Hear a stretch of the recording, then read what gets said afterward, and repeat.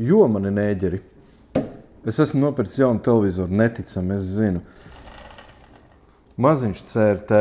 Ir RGB karts un ir Sony. Viss, ko vajag. Viņš gan ir nenormāli mazs, bet viņš būs kā radīts tiem retro minifestu pasākumiem, kurš atkal plānojas, ja viss sanāks, tad kaut kur pašā novembra sākumā. Tiekamies tur. Bet, lai kā es par viņiem priecātos, šis video nav par televizoriem. Viss, ko es šodien rādīšu un stāstīšu, mulāža, fars. Man vienkārši pašam šķiet tik interesanti, ka es gribu jums parādīt un pastāstīt problēmu, ar kuru es saskāros. Man nestrādā mans Nintendo 64. Es jau zinu, kas ir par problēmu, bet šī ir tāda retēlošana, jo pēc tam sapratīsiet, tas viss veido jēgu. Slēdzam iekšā. Redzi? Nekas nenotiek. Viss, beigts. Nav, nestrādā. Es ieslēdzu, iedegās lampiņa, elektrība ir. Šeit iekšā ir atmiņas tāds modulis, izvilku, papūtu, viss kārtībā. Nekas nenotiek. Izslēdzu. Nekas nenotiek. Lūk, jebkurš normāls cilvēks iet apmēram tādā virzienā. Teļuks, bet viņš strādā. Es zinu, ka viņš strādā, es pamēģināju citām iekārtām. Videovats. Tas ir mans Super Nintendo videovats. Kartridži ports. Kartridži pamēģināja dažādus, nekas nenotiek. Barošanas bloks strādā. Jūs redzējāt, lampiņa deg. Pults tur nekāds sakars ar pultīm. Kādas vēl vispār ir komponentes? Pats Nintendo 64. Es viņu dabūju vienkārši, es no Lielbritānijas pasūtīju kasti pirms kādiem 6-7 gadiem, kasti pilnu ar vecām nepārbaudītām konsolēm, no kurām izrādās visas strādāja. Tur bija oriģinālais Xbox, Atari 2. Un pa vidu arī šis, bet viņš bija pliks kā celis. Es šādu viņu arī dabūju. Protams, pirmais, ko es izdarīju, es viņu ieslēdzu, apskatījos, nopirku ķīniešu Everdrive, un, protams, viņš rāda pretīgi. Nintendo 64 ir ārkārtīgi, droši var teikt, viss struntīgākais grafiskais čips vispār starp jebkādām konsolēm. Ir iespēja nedaudz uzlabot attēlu kvalitāti, pasūtot no Austrālijas pie tāda Tima Warringtona mod čipu. Tas čips viņš uztais un attīra video signālu, RGB, visas tās lietas nav svarīgi. Īsāk sakot, tur diezgan nopietni tāda plati ir iekšā. Un es esmu to lodējis pats, un kas vēl neusticamāks kā mani lodējumi. Un attiecīgi es izjaucu to konsoli, lai paskatītos, kāpēc attēls neiet uz vada signālu. Lai Nintendo 64 dabūtu vaļā, tev vajag šitādu ficuku. Viņa oficiālais nosaukums ir ficuks. Šo konsoli nevar atvērt, ja tu neizvelc šo atmiņas paplašinājumu štēli. Tas ir tāds atmiņas paplašinājums, te var iespraust, bet man viņa nav. Un šis ir tas, kas nāk līdzi Nintendo 64. Tas ir vienkārši spraudnis, kas saīsina kontakts, bet vispār te var tādu angliski saucās memory expansion iespraust. Šitas te ir vienkārši blanking jumper pack. Un tad skaties, kur ir tas mans modčips. Pats mods nav sarežģīts, bet lodējumi ir stipri smalki. Un, seko instrukcijai, lodē un nesacūko, un viss būs kārtībā. Kā jau varētu minēt, es katram lodējumam izgāju cauri, apskatījos visas lietas, visas vietas, un tad es izjaucu konsoli tālāk, un es vairs nesapratu. Dēlis čupā, kaut kas ir nosprādzis. Kā jau es teicu, es jau šobrīd zinu, kas ir par problēmu, un tāpēc es taisu konsoli ciet. Problēma nav konsolē iekšā. Bet tagad baroklis totāli Ķīna, AliExpress. Man vajadzēja pa lētumu, man vajag jebkādu barošanas bloku. Es teicu, man nekas nenāca līdz konsolē. Un es gribēju apskatīties pašā barošanas blokā, cik tieši tie volti ir. Šis saucās pinauts, jeb tie štepselīši barošanas blokā, kas ieiet konsolē, kas par ko atbild. Rekur, Nintendo 64, augšējie divi strunti ir 3,3 volti, nevis 5, kā es biju domājis, bet labi. 12 volti ir apakšā un zeme ir... Es šito biju redzējis, tas nav nekas tāds baigi ekskluzīvs. Konsolēs gan Dreamcastā, gan Nintendo 64, un man liekas arī CDI figurē 12 voltu līnija. Kā bija ar plēšiem, es neatceros, bet ir tāda štela kā 12 volti. Un padomā pats, tā strunta sarkanā gaismiņa, protams, ka viņi priekš tā leda nekonvertē 12 voltus uz 3,3 vai cik tai lampiņai tur vajag. lampiņa strādās. Es zinu, ka Sega Dreamcast, viņam iekšā barošanas bloks dod ārā 12 voltus, kurus viņš tālāk izmanto kaut kur tur lāzeriem un vēl kaut ko.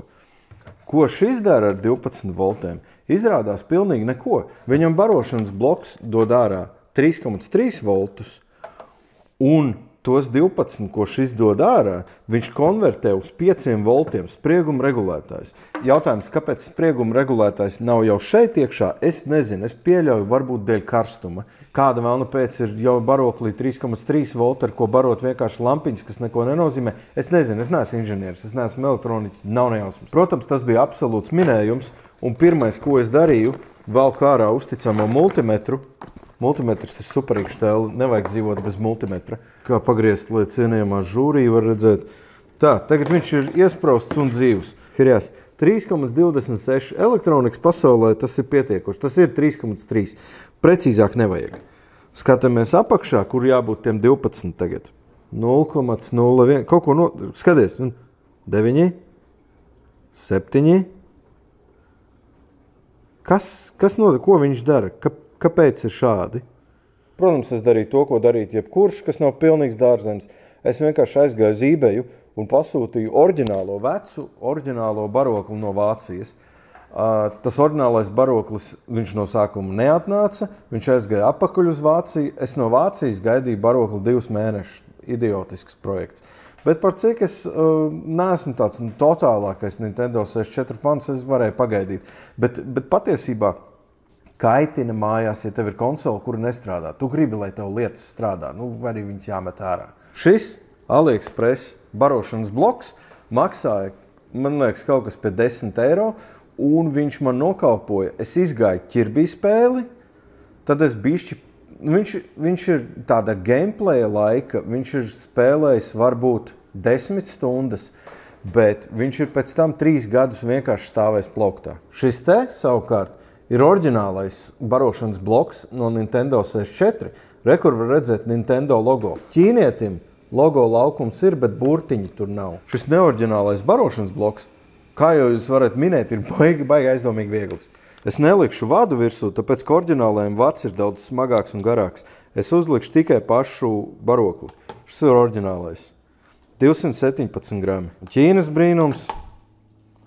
146. Īstenībā tā atšķirība ir mazāka, kā viņi jūtās ar rokām. Labi, bet tagad atpakaļ pie tehniskā testa. Izrādās, skaties, augšais ir neoriģinālais. Redziet, tas spraudums ir kantains. Un tie štekarīši tādi neizteiksmīgi. Apakšais ir oriģinālais. Rekur viņam smuki forma, viss kārtībā.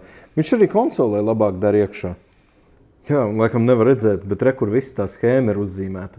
Man pat nevajadz internetā skatīties. Bāc, viss vienkārši ir labāk ar oriģinālo. Man bišķiņ kaitina, šim teļukam var skaidri dzirdēt, ka tumbas ir labajā un kreisajā malā. Skaties, es nolikšu mikrofonu pa vidu.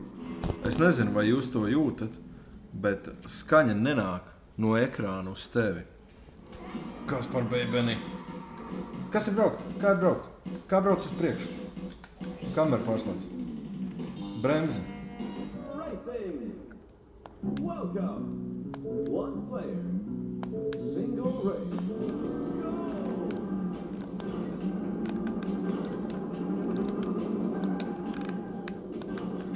Kāpēc tā iepriekšējā spēle nestrādāja? Kāpēc nevarēja uzsākt un pabraukt? Tāpēc, ka šī te ķīniešu pults pirkt AliExpressā par apmēram 10 eiro. Viņai šis te apakšējais puļķis, ja viņš ir nospiests pa kreisi, tad mašīna brauc pa kreisi. Ja viņš ir taisni, tad mašīna brauc pa kreisi. Un ja viņš ir pa labi, tad mašīna brauc taisni. Lētais AliExpress, normāla tendencija šim video. Un, protams, tas, ko es tagad gribu izdarīt, ir atvērt to barokli vaļā. Vismaz skrūvītis ir parasts krustiņa, nevis kaut kas salīmēts un aizkausēts. Te ir rakstīts melnais GND, sarkanais 3,3 volti, baltais 12 volti. Es nezinu, vai jūs varat redzēt šis vadiņš. Un ja viņu pakustina, tiešām būs tik vienkārši. Rekur, es viņam pieskaros. Viņš tur nav klāt.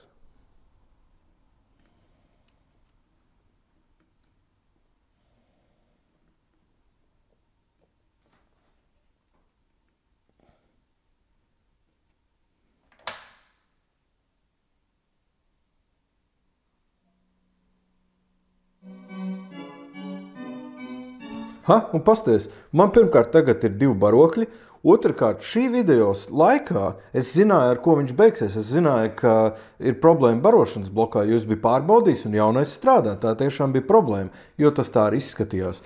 Bet es nezināju, kas bija vainas vecajam, un īstenībā tad, kad es pirmo reizi mērīju, tur nebija vecajam arī tie, tam neoriģināliem, nebija arī tie 9 volti. Un nav brīnums, ka viņi tur lēkā un mētājas, jo tur tas savienojums praktiski nav. Tur kaut kas dzirksteļo, kaut kas nedzirksteļo. Bet tam nav tieši saistība ar to, ka viņi ir grūti iespraust. Tāpēc, ka vats bija atlūzis, tas paviršais vai augstais lodējums, viņš bija uz plates, no plates vēl nāk vats uz to konektoru. Attiecīgi, es negribu teikt nepērciet Ķīnu, tāpēc, ka mēs visi zinām, ir laba Ķīna. Ķīna būvē tik kvalitatīvi, cik tu viņiem samaksāsi. Bet interesants video beigas. Galvenais, ko šitajā video gribēju pateikt, ir tas, ka, ja tu redzi, ka konsolē deg lampiņa, tas nenozīmē automātiski, ka ar elektrībām viss ir pilnīgā kārtībā. Labi, viss, čau, pietiek.